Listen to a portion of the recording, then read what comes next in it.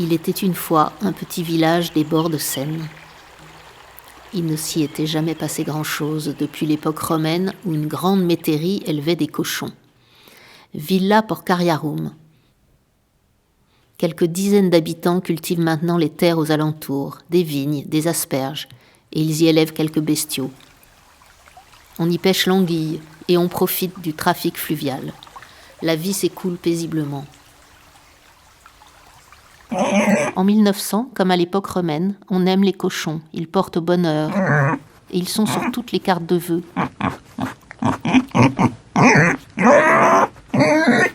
À Porcheville, un premier Parisien qui a envie de prendre des vacances achète un terrain au bord de l'eau.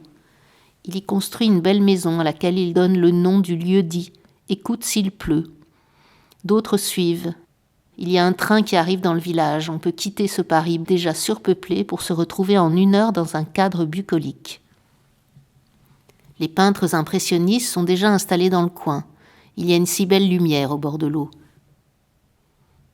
Dans les années 20, toute une bande de Parisiens qui travaillent dans la mode arrive pour se construire également des résidences secondaires. C'est l'époque du retour à la nature et du style régionaliste qui imite les maisons typiques des campagnes, avec leurs colombages.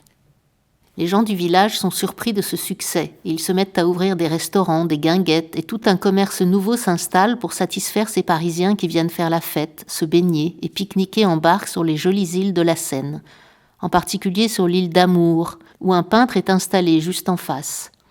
Ce sont les années folles, un temps d'insouciance avant la nouvelle guerre mondiale qui se profile. Puis il y eut la guerre, et après la guerre, la reconstruction en urgence.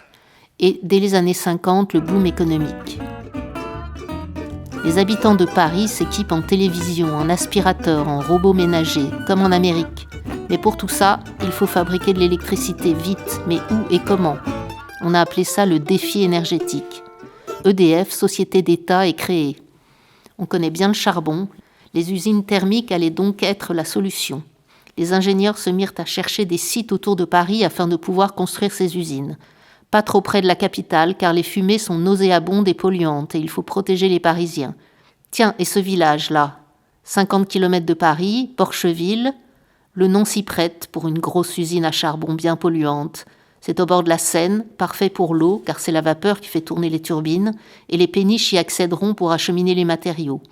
Il y a aussi une ligne de chemin de fer. Allez, banco, on y va. Les Parisiens et les habitants du village de Porcheville sont furieux. Le maire et le conseil municipal démissionnent, mais la modernité en marche à tous les droits. C'est la fin des temps heureux. Après les nombreuses expropriations, les cris et les pleurs, les travaux titanesques commencent.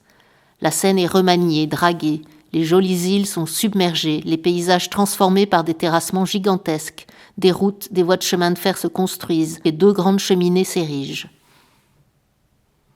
En 1956, on inaugure la centrale de Porcheville, et c'est l'une des plus puissantes d'Europe. Les fumées de combustion du charbon commencent à assombrir le ciel, et les câbles électriques se jettent par-dessus les paysages pour s'acheminer vers Paris. Tout roule pour la fée électricité. En contrepartie, le village se modernise et se construit. Les taxes professionnelles importantes font passer la pilule. Puis, dans les années 70, nouveau coup de théâtre. Allez hop, on construit une nouvelle centrale, au fioul cette fois.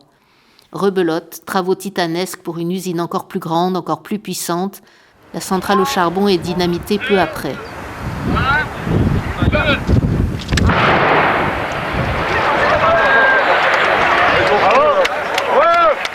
Mais on n'avait pas prévu les 2 chocs pétroliers des années 70. L'usine se met à coûter trop cher à faire fonctionner. Et puis maintenant, on a le nucléaire. Bon, on la garde un peu quand même, cette usine. Allez oui, on la transforme pour qu'elle soit moins polluante.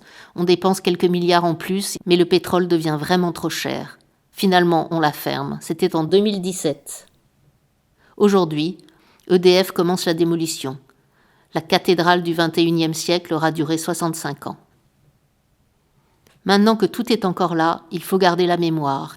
Car ce village, si loin, si proche de Paris, sacrifié sur l'autel du progrès, en a été transformé, il a grandi avec les centrales électriques et il s'est développé par elles. L'histoire de la modernité s'y lit encore comme à ciel ouvert.